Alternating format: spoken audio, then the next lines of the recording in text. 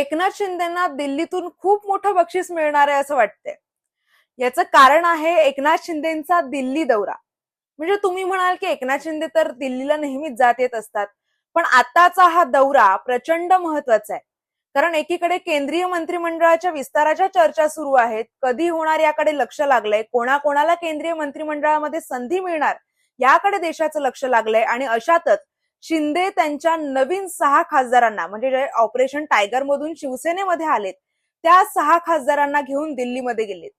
बरं, इतकंच नाही तर दिल्लीला जाण्याआधी त्यांनी नंदनवन या निवासस्थानी शिवसेनेच्या सर्व मंत्र्यांची बैठक घेतली आणि त्यामध्ये सुद्धा केंद्रीय मंत्रिमंडळ विस्तारावर देखील चर्चा झाल्याचं समजतंय. त्यामुळे आता ऑपरेशन टायगरचं बक्षीस म्हणून एकनाथ शिंदेच्या पक्षाला केंद्रात मंत्रिपद मिळणार असल्याचं बोललं जातंय.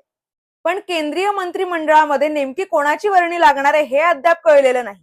म्हणजे श्रीकांत शिंदे, ओमराजे निंबाळकर यांची नावं तर चर्चेमध्ये आहेत, पण अंतिम निर्णय कधी घेतला जाणार आणि नक्की कोणाच्या नावावर शिक्कामोर्तब होणार याकडे सर्वांचं लक्ष लागलंय.